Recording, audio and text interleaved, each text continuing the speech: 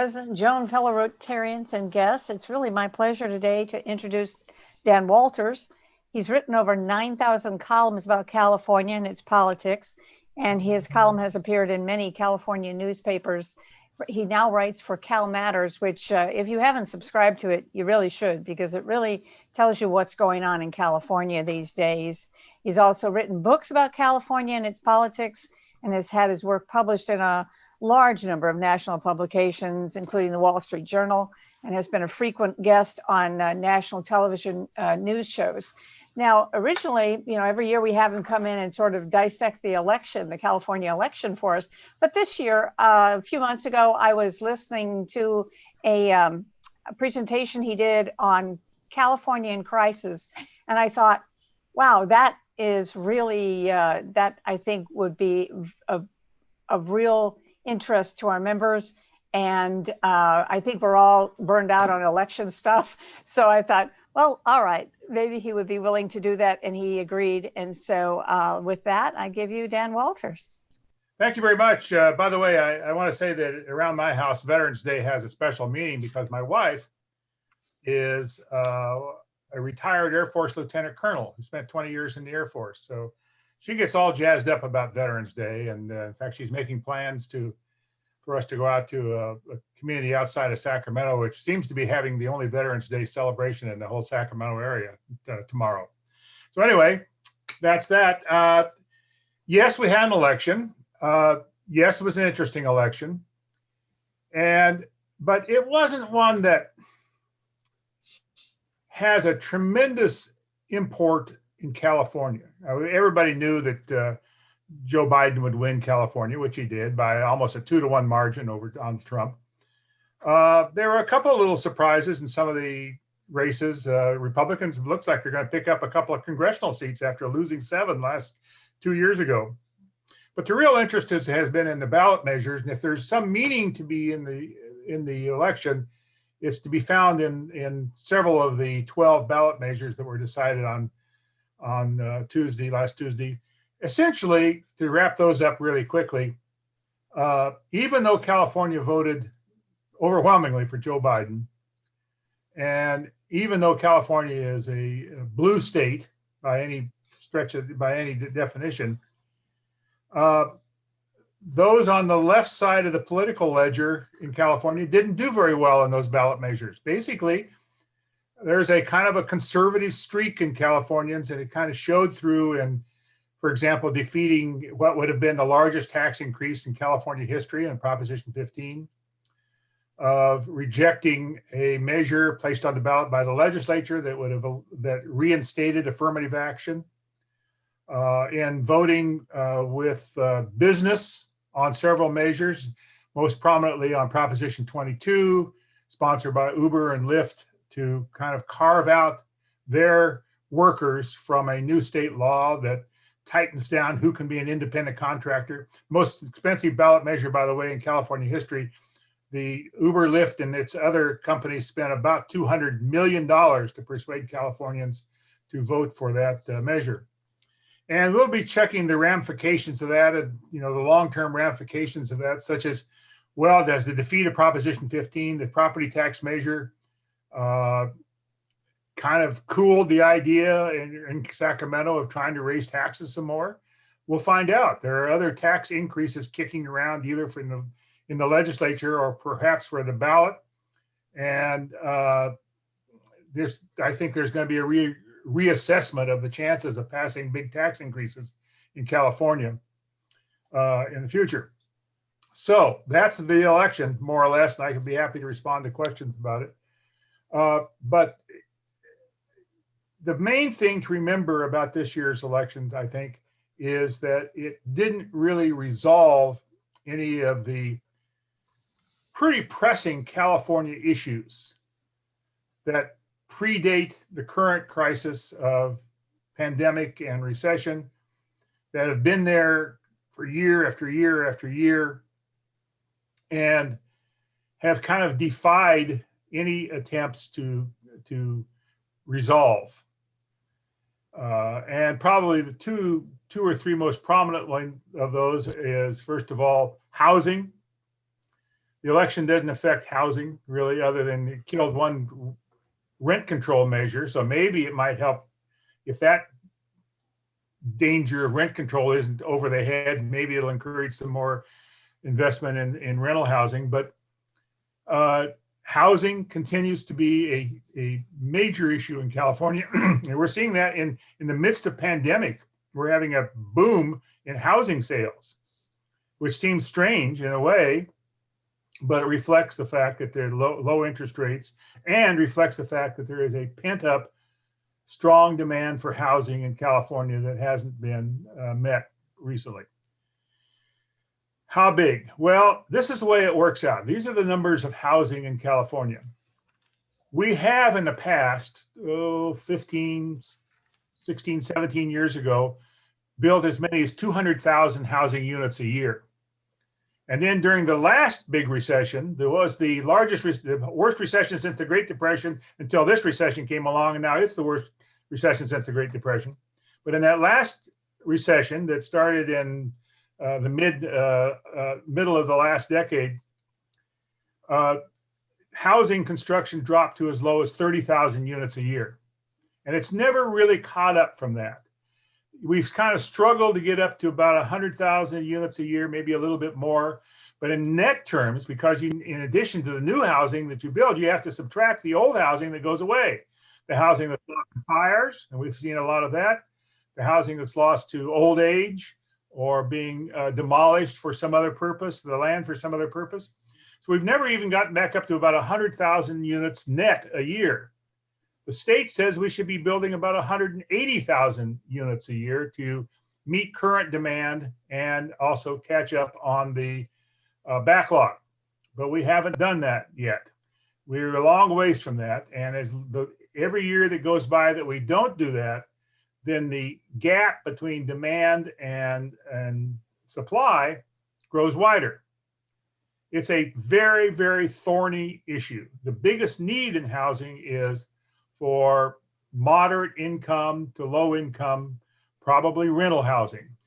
The market takes care pretty much of the housing for owner-occupied housing. The market's there, but the market has not taken care of the need for lower and moderate income housing.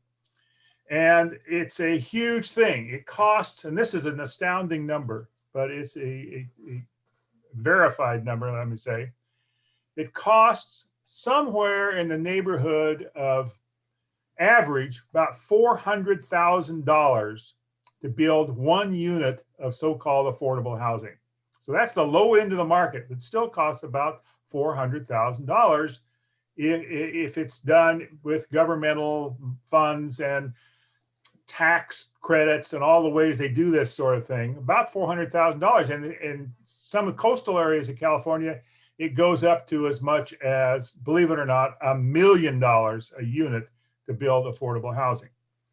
So when you look at the numbers of the need and you look at that fact about how much it costs to build even one unit of housing, we're talking about the need for literally tens of billions of dollars a year into the housing market in housing construction. Government doesn't have that kind of money. Nobody in government has that kind of money. And the only way that's going to be resolved probably is to somehow incentivize the private market to move in. And that means a whole bunch of things like cutting red tape, trying to, all the sorts of things you can do to probably lower that cost to make housing more attractive to private investment. So that's a problem that continues on. When Gavin Newsom was running for governor 2 years ago, he blithely promised that he was going to build 3.5 million units of housing by the middle of the 20s of this decade. Well, no, it's not. It was never going to happen. That was just that was blue sky, but not even close. Not even in the same ballpark. We'd have to be building like 600,000 units a year. That's just not. That's not going to happen. It's simply not going to happen. Even under the best of times, it was about 200,000 a year. That's a problem. One of the other problems that remains unresolved and has kind of been, like housing, kind of pushed aside a little bit during this pandemic is water. The problem of water of how water is allocated and priced and distributed, all that thing. It goes round and round and round every year. I've been covering California politics in one form or another for, I think, about 55 years, believe it or not. And spent a lot of that time working on water issues. And the basic problem is the same today as it was 55 years ago and probably before that. California in total does not have a water shortage. This is not Arizona. This is not Nevada. We get a lot of water. A lot of water falls on California. Yes, we've had dry seasons and wet seasons, but in an average year, there's water there. The question is basically how it is captured, how it is distributed, and how it's priced. And nobody knows how to make that happen. I mean, it goes round and round and round because you have all these competing interests: agricultural interests, domestic business interests, the municipal interests, and they all go around and around. Who's going to get it? Who's going to pay for it? And they just basically fight to a draw. And so nothing really happens year after year. It would take an enormous political effort to try to truly resolve California's water issues in some sort of rational basis. But it's not going away. Fortunately, our population isn't growing nearly as fast as it once was, which affects both housing and water demand. But it's still there. We still have this basic issue of how water is to be distributed and priced. And we can't seem to get there from here.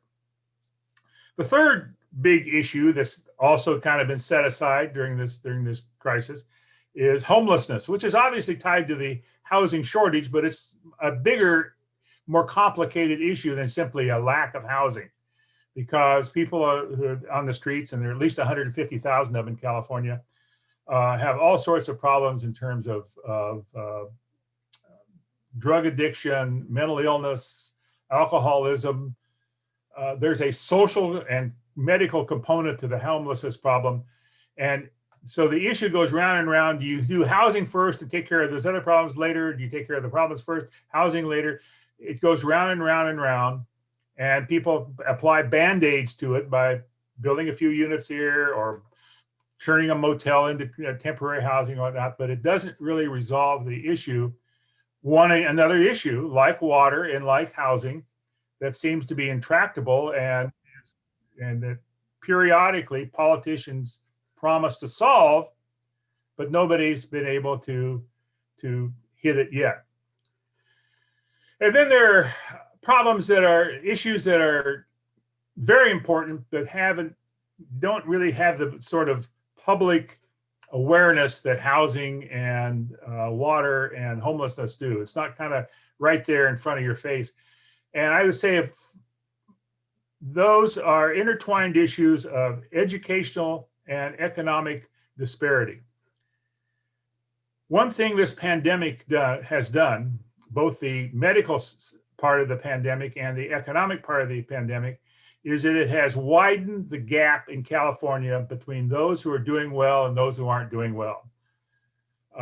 California, as probably everyone should know by now, has the highest level of poverty, functional poverty, of any state in the nation. Now, what I mean by functional poverty is the official poverty rate is one thing. It hasn't been changed in 60 years or so, but there's a thing called the supplemental poverty rate that everybody now acknowledges is the true poverty rate, or closer to the true poverty rate, which takes into account the cost of living. And the cost of living in California is very high, particularly for housing. As a result of which, we have the highest level of functional poverty as calculated by the Census Bureau of any state in the United States, up in the neighborhood of 15 to 20%. I can't remember the exact current number, but it's in that range, which doesn't sound terribly high, but it is terribly high, in fact.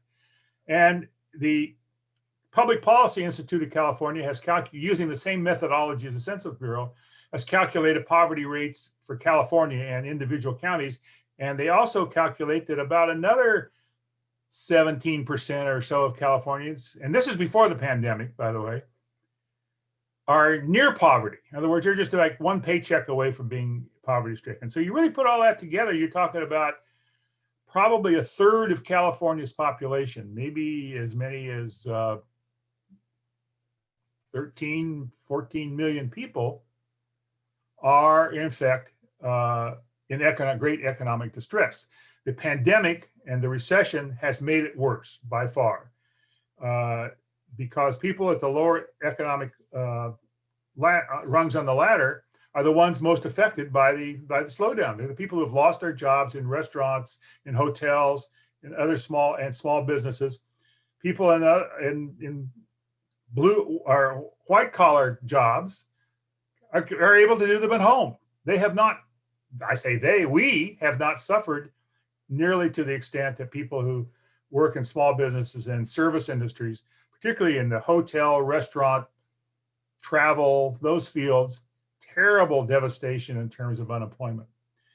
Moreover, they are more likely to, because they can't work from home and they have to go to work when they have jobs, they are more likely to contract a COVID-19. So it's hit. There's a class element to this pandemic. And allied to that is that the children in those poor families are falling further behind their more privileged peers because they too lack the facilities and the other support mechanisms to be able to be schooled at home, particularly if they have working parents. Whereas people in white collar upper income families, they can school their kids, they can stay home, they can do their jobs, they can hire tutors, they can do whatever is necessary. So the educational disparity has also widened in this thing. It was already very, very wide in California. Think about this, 60% of California's K-12 public school students, 60%, that's about 3.5 million kids are either poor or English learners, and they are not keeping up with their peers in terms of educational attainment. So those are some of the things that are kicking around. They are not really affected by this election. They were there before the election. They were there before the pandemic. If anything, they've gotten worse because of the pandemic and particularly because of the recession. And we don't know how long those conditions are going to last. We literally do not know. And the governor says that we cannot expect any kind of widespread vaccination, immunization until maybe well into next year, halfway or 3/4 of the way into next year. They're just now coming out with vaccines, but those vaccines are still in the final testing stages. They're difficult to administer. They're difficult to store. For example, the vaccine that Pfizer announced a few days ago has to be kept at minus 70 degrees centigrade. And it takes 2 successive inoculations to make it work. It's going to be a while. It's going to be a long time before we see a widespread vaccination against this terrible disease. And the economic effects are going to last as well. California has one of the highest unemployment rates of any state in the nation currently. It had actually broken an all-time record earlier in the year. It got up to around 13-14%. It's now down a little bit from that, down into the 10-11% range, but that's still among the highest in the country. So the economic effects of this are going to go on for a while, and some of those effects are going to be permanent. Some of those jobs that went away are not going to come back, and that's particularly in those restaurants and other kinds of service industries are probably not going to be coming back. So there's going to be a residual problem of unemployment in California for quite a while. I mean, look, several years probably at least. Even when the overall economy maybe picks up, we're still going to have a very stubborn problem of unemployment. So this is going to be a challenging period for California. Not only we have all these old issues that I mentioned earlier that have not yet been resolved, we have a whole flock of basically kind of new issues, or at least heightened issues, that will dominate the political landscape in the months and probably years ahead.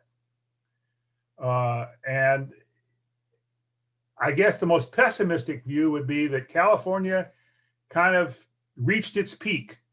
Before this pandemic, we saw record low unemployment in California, down in the 3% range, 3.5% range. Never had seen that before. Maybe it's that turning point. We don't know. Is it a tipping point, a turning point? Will we see California decline because of our unresolved problems that have become more heightened during this pandemic? Or will there be, in fact, another renaissance? We don't know. We can't really take anything for granted anymore. The world is upside down in many cases, and the kind of favored place that California has enjoyed for so many decades of being the cutting edge place, the things were happening, the kind of the generator of stuff. Who knows? Are we still there, or have our collective problems caught up with us? And maybe this is, if not the beginning of the end, maybe we've seen this happen before. We have seen great civilizations die before. We have seen tremendous changes even in our own country.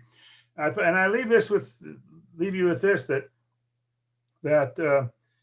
if you go back one century to 1920, the happening place at that time, the Silicon Valley of its era, the place that drew all this capital and entrepreneurship and creative action, was Detroit, as it created this entirely new industry. It was the Silicon Valley of its time. But it was taken for granted. It was assumed it would always be there. And we know what happened to Detroit. It just kind of crashed and burned. It went away. And we always have to be aware that we can't take anything for granted.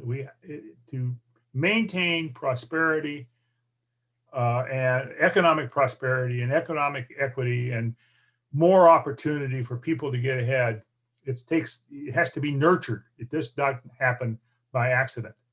And we need to pay attention to that. Now, like I say, I've lost my picture. I hope you're still hearing me. I would be happy to respond to any questions about what I said or about the election or anything. But I'm kind of flying blind here because I don't know why I lost my picture, but I did. Well, we can see you and we can hear you. So I know Steve Lessler had a question about Prop 23. Let me see if I can unmute you and you can ask it directly. I can ask. There you go. Okay, I actually have two questions, well, a question and a comment.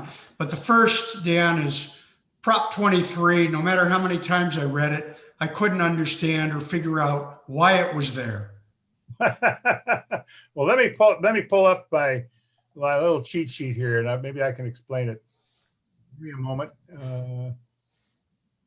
Dialysis clinics. Yeah. Okay. Yeah, dialysis clinics. That's the second time around for a similar measure, as you may know. Basically put on the ballot. The measures differed, but they both had the same fundamental purpose. And that was to squeeze the dialysis clinics, the for-profit dialysis clinics, in such a way that they would agree to get out from under the pressure being applied. They would agree to unionization of their employees. It's as simple as that. It was a union-sponsored measure. Both of them were union-sponsored measure to try to put the squeeze on dialysis clinics so that they would agree to basically to union contracts. Thank you. My comment about the last part of your talk and what's happening in California. I'm born and raised in the Bay Area, Oakland, my wife in San Francisco. And what I see is California, especially the major metropolises, going so far over the edge, and I'm a lifelong Democrat, but so far over the edge to being politically correct that we're shooting ourselves in the foot. Are you familiar with what's happening with Lowell High School, one of the premier magnet high schools in the United States? That's a perfect example of something that's a non-starter. Yeah, slightly aware of it. I think that Yeah, I understand what you're saying. And obviously California is a very heavily Democratic state. And obviously I would saw the kind of a left wing of the Democratic Party, the most activist wing, we were calling them for a long time, the Bernie-crats, have an agenda. And they're adamant about that agenda, and they're pushing that agenda statewide, and they're pushing it in local communities. They believe that America is wrong, I guess you'd say, or headed in the wrong direction. And they want to change direction of the country in a way that would model us more on, I guess, the kind of the Western European model of Sweden and Norway and Germany and so forth, with a broader array of social services and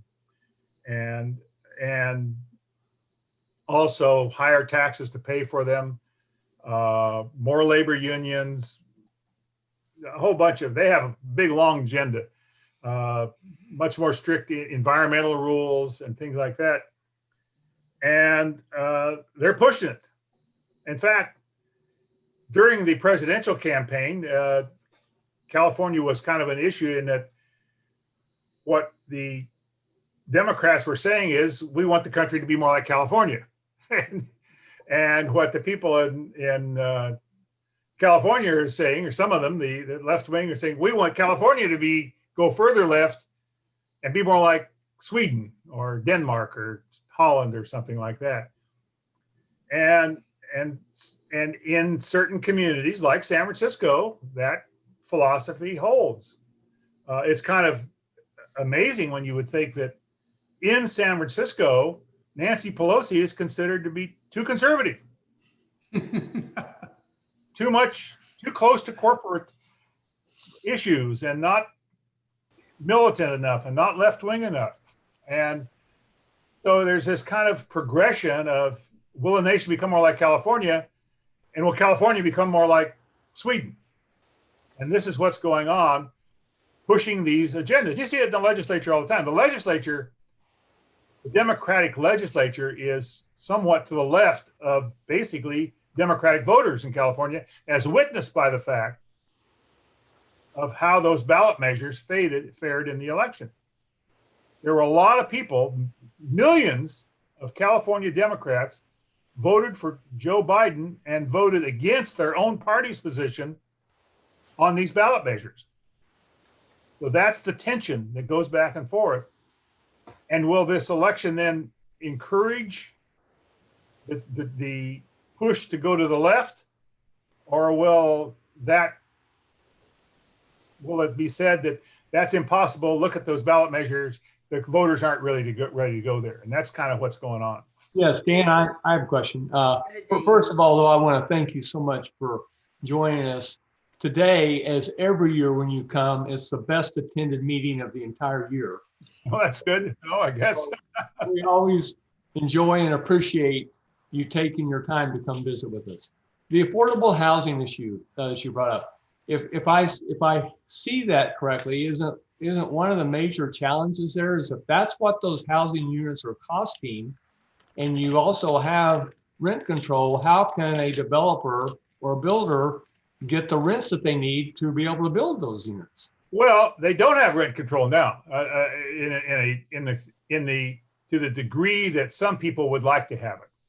The rent control measure that was passed by the legislature earlier this year, I guess it was. I lose track of these things sometimes. In response to the pandemic, really, was very limited. It applied only to older units and that sort of thing, and it allowed 5%, as I recall, 5% increase and so forth. The real rent control advocates want something much tighter than that. They want something like they have tried to do in places like Berkeley and Santa Monica, but it's very difficult to do because of a state law passed about, I think about 30 years ago, that basically put a very tight limits on what local governments can do in the way of rent control. Now, one of the other ballot measures, Proposition 21, that was soundly defeated, another one that's back for the second time, would have removed that law and basically empowered local city councils and county boards of supervisors, particularly city councils, to go ahead and do rent control at the local level. That bill passed. This failed, excuse me, that measure failed miserably by about a 2-1, let's see, about 3-2 margin. So we basically don't have much in the way of rent control, particularly on new units. The state thing only applies to older units, doesn't even apply to newer units. We don't have rent control now, but there's always the threat of rent control, as witnessed this ballot measure that was on the ballot for the second time. And that threat does discourage private investment, as well as all the other impediments like CEQA, like the clear reluctance of local communities to accept high density, lower income housing in their communities. There are a lot of hurdles to do it.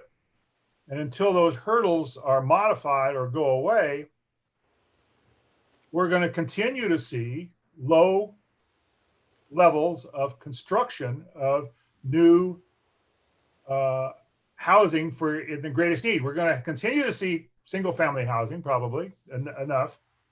Our population isn't really growing very fast anymore, but the greatest need is for low and moderate income rental housing. That's where the greatest lack is in terms of investment.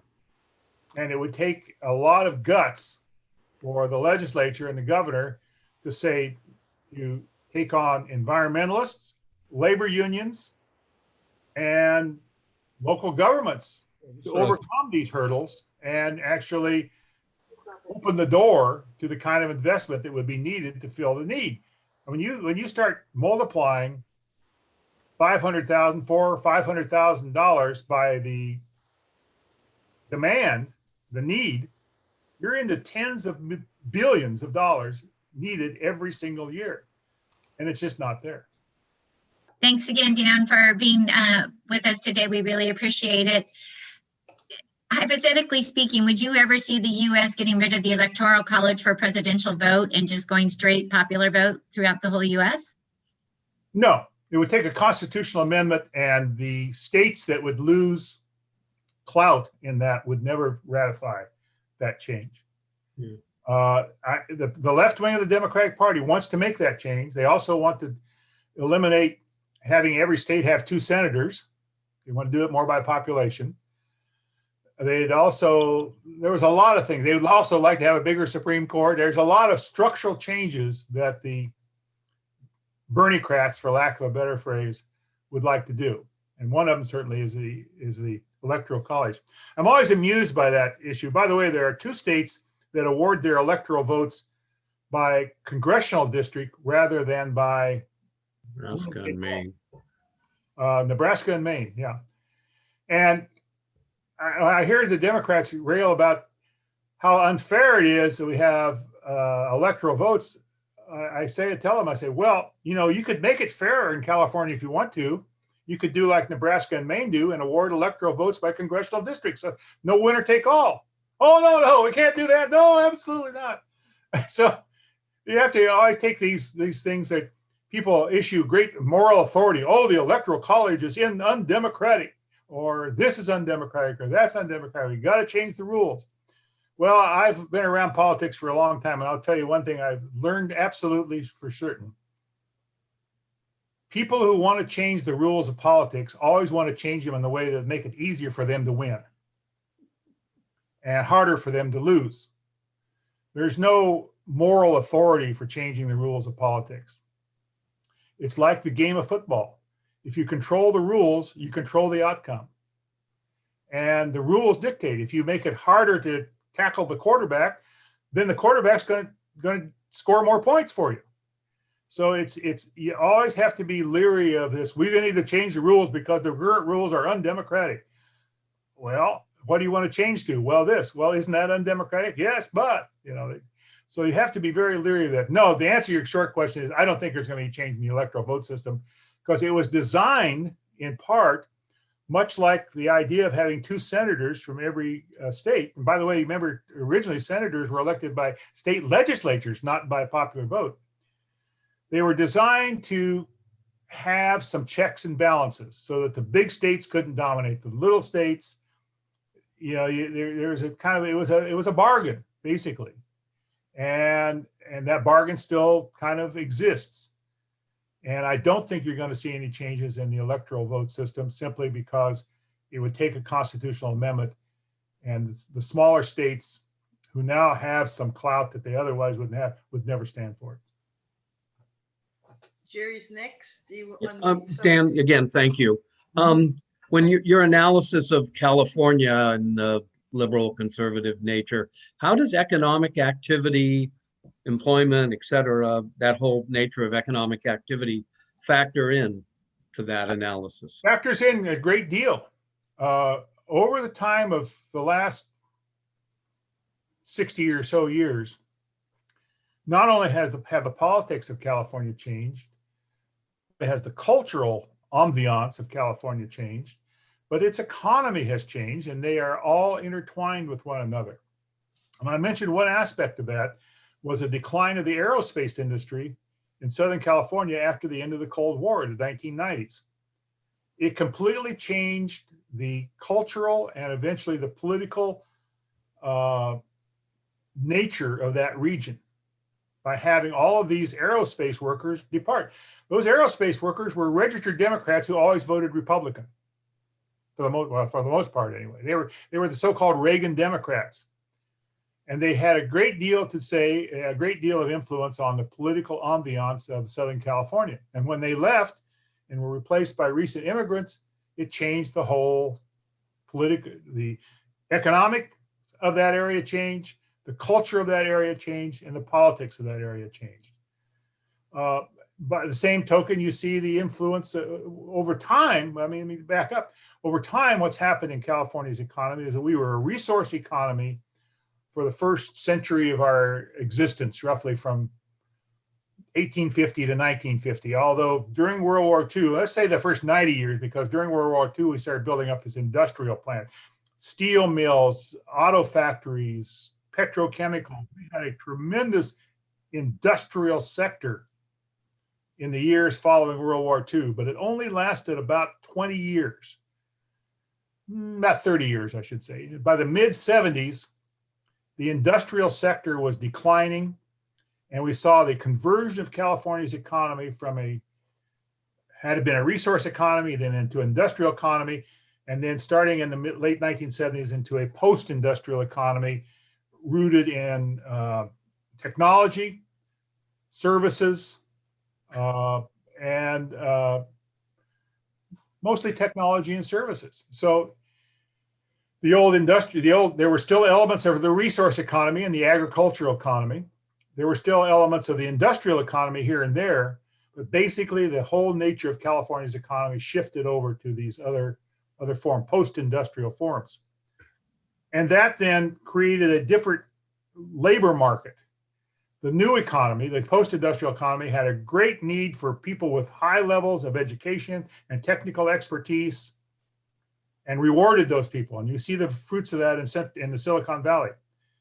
That economy also had a great need for people with few skills, but physical labor, whether it was changing sheets in a hotel, washing dishes in a restaurant, loading boxes in a warehouse, all of that physical labor, but didn't take a great deal of skill. So we saw both ends of the economic sector of the labor market increase: the high tech, highly paid people, and the low skill, lowly paid people. We saw the beginnings of this division into a society, a two-tiered society. And that conversion had all sorts of impacts on things like commuting patterns, retail business, politics, I mean, up and down the line, everything you can think of. It meant, for example, that you didn't have to be located, industry did not have to be located on a seaport or a rail line. You could have stuff disconnected from transportation hubs. So you saw this big increase in service industry in the East Bay area, for example, along the I-680 corridor. You saw all these jobs sprout up that were not connected, didn't have to have a seaport, didn't have to have a railhead, didn't have to have any of this service type work. And it changed commuting patterns, it changed everything, it changed politics. So you cannot separate out economic change, cultural change, and political change. They are all connected. And if you want to know how our region is going to react politically on the long run, you need to look at where they are economically and culturally and to see where they're headed. And it's a very, very complex matrix of factors that go into political change. It isn't just one candidate, one election, even as polarizing as Donald Trump was. The larger changes in politics are not connected to one person or one party. They are really driven by socioeconomic factors that have nothing directly to do with politics. But that's where the real action is. Politics really is kind of the end game of social and economic change.